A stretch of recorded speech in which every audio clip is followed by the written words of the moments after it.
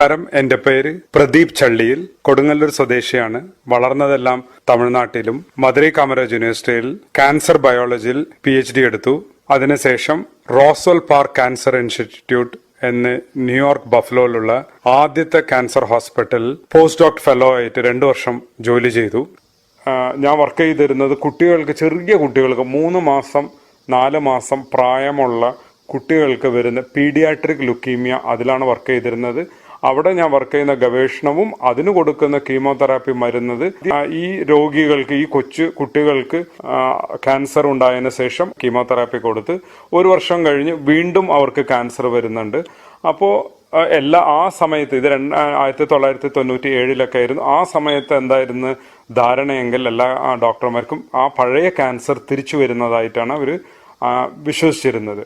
പക്ഷെ ഞങ്ങളുടെ ലാബിൽ, ഞാൻ ജോലി ചെയ്തിരുന്ന ആ ലാബിൽ ഞങ്ങളുടെ കണ്ടുപിടുത്തം എന്തായിരുന്നു എന്ന് പറഞ്ഞാൽ, അത് ഈ ക്യാൻസർ ഉണ്ടാകുന്നത്, രണ്ടാമത് വരുന്ന ക്യാൻസർ, അതിൻ്റെ കാരണം ഈ കീമോതെറാപ്പി ഇൻഡ്യൂസ്ഡ് സെക്കൻഡറി ലുക്കീമിയ. അച്ഛാ, ഈ മരുന്നുകൊണ്ട്, ഈ വിഷാംശങ്ങളുള്ള മരുന്നുകൾ കൊടുത്തതുകൊണ്ട് പിന്നെയും വരുന്ന ക്യാൻസർ അതിൻ്റെ സൈഡ് എഫക്റ്റ് കൊണ്ട് വീണ്ടും വരുന്നതാണ്, അല്ലാണ്ട് പഴയ ക്യാൻസർ തിരിച്ചു വരുന്നതല്ല എന്നത്. അങ്ങനെ ഇതെല്ലാം കണ്ടതിന് ശേഷം പലരും എന്നോട് ചോദിക്കാറുണ്ട്, എങ്ങനെ ഈ കൊച്ചു കുട്ടികൾക്ക് ഈ ക്യാൻസർ എല്ലാം ഉണ്ടാവുന്നത്. അപ്പോൾ ആ ഗർഭകാലത്തിൽ അമ്മമാർ കഴിക്കുന്ന ആഹാരങ്ങളെല്ലാം വിഷാംശങ്ങൾ നിറഞ്ഞതായിരുന്നു. തീർച്ചയായിട്ടും കുട്ടീനെ അത് ബാധിക്കും.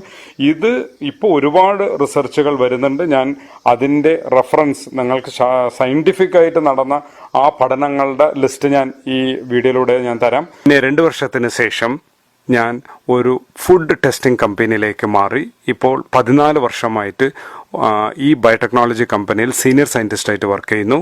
ഞാൻ DNA എക്സ്ട്രാക്ഷൻ അതിൽ സ്പെഷ്യലിസ്റ്റാണ്.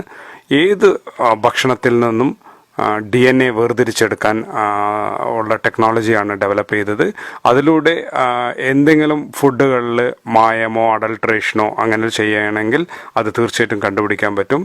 എൻ്റെ അനുഭവങ്ങൾ ഈ കമ്പനിയിൽ വന്നതിന് ശേഷം ഭക്ഷണത്തിൽ ഒരുപാട് പ്രശ്നങ്ങളുള്ളത് ഞാൻ അറിഞ്ഞു. കാലിത്തീറ്റയിലാണ് പല ഷോക്കിംഗ് ന്യൂസുകൾ കണ്ടത്. ഒരിക്കൽ ഏതാണ്ട് 2 ലക്ഷം പശുക്കളെ ഓരോ ദിവസവും അറവശാലയിൽ എത്തിക്കുന്നുണ്ട്. അപ്പോൾ ശരാശരി 10 ലിറ്റർ രക്തം വരികയാണെങ്കിൽ 2 ലക്ഷം × 10 20 ലക്ഷം ലിറ്ററോളം രക്തം ഇവിടെ പുറത്തു വരുന്നുണ്ട്. ഇത്രയും രക്തം എവിടെ കൊണ്ടുവന്ന് ഒഴിക്കാനാണ്? അപ്പോൾ എന്താ ചെയ്യുകയെന്ന് പറഞ്ഞാൽ, അതിനെല്ലാം ഉണക്കി അതിന് ഡ്രൈഡ് ബ്ലഡ് പൗഡർ അതിനെ കാലിത്തീറ്റയിൽ മിക്സ് ചെയ്ത് അതാണ് കന്നുകാലികൾക്കും കൊടുക്കുന്നത്. ഞങ്ങളുടെ ഓഫീസിൽ അത് സ്ഥിരം വരുന്ന ഒരു സാമ്പിളാണ്. Dried blood powder, bone meal, feather meal.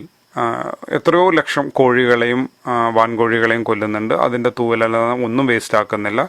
അതിനെ കംപ്ലീറ്റ് പൗഡറാക്കി തിരിച്ച് കോഴികൾക്ക് തന്നെ കൊടുക്കുന്നുണ്ട്. ഇതുകൊണ്ടാണ് പല അസുഖങ്ങളും ഈ പക്ഷികൾക്കും വരുന്നുണ്ട്.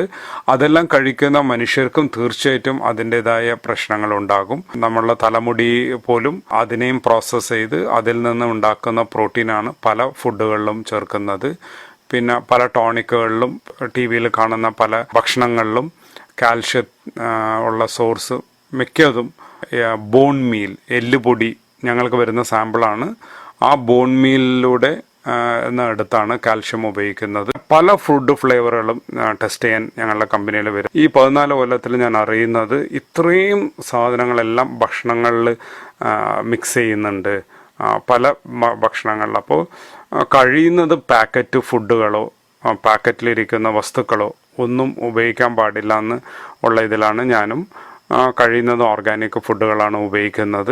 ഓർഗാനിക് ഫുഡിലും അതിലും അഡൾട്രേഷൻ ചെയ്യാൻ ആൾക്കാർ ശ്രമിക്കുന്നുണ്ട്. എന്ന് വെച്ചാൽ മനുഷ്യൻ്റെ സ്വഭാവം ആർത്തിയാണല്ലോ. എങ്ങനെയെങ്കിലും പൈസ ഉണ്ടാക്കാനുള്ള ആർത്തിയിൽ എന്തും ചെയ്യാനുള്ള ഒരു മനോഭാവമാണ് ഉള്ളത്.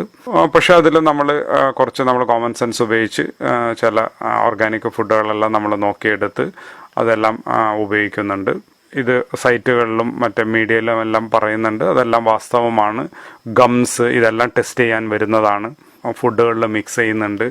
നമ്മളുടെ ശരീരം മാത്രമല്ല, അടുത്ത തലമുറ മാത്രമല്ല, ഒരുപാട് തലമുറകൾക്ക് ഇത് പ്രശ്നങ്ങളുണ്ടാകും. പല രോഗങ്ങളും നമ്മൾക്ക് ഇതുവരെ കേൾക്കാത്ത രോഗങ്ങൾ പോലും പുതിയതായി ഉൽപ്പാദിക്കുന്ന വെച്ചാൽ പഴയ രോഗങ്ങൾ പണ്ടുകാലത്ത് ഇന്ന് കാണുന്ന രോഗങ്ങളില്ലാത്തത് കാരണം അന്ന് ഇതുപോലെയുള്ള കെമിക്കൽസ് ഒന്നും നമ്മുടെ ഭക്ഷണത്തിൽ ഉപയോഗിക്കായിരുന്നില്ല. ഇന്ന് അതെല്ലാം ഉപയോഗിക്കുന്നത് കൊണ്ട് തീർച്ചയായിട്ടും ഇതെല്ലാം വരുന്നത്. ഇത് നമ്മളെല്ലാവരും ധരിക്കുന്നത് അമേരിക്കയിലാണെങ്കിൽ എല്ലാം ഇവിടെ ഫുഡ് എല്ലാം വളരെ നന്നായിരിക്കും, വിഷാംശങ്ങളൊന്നുമില്ല, ഇവിടെ എല്ലാം ഗവൺമെന്റ്.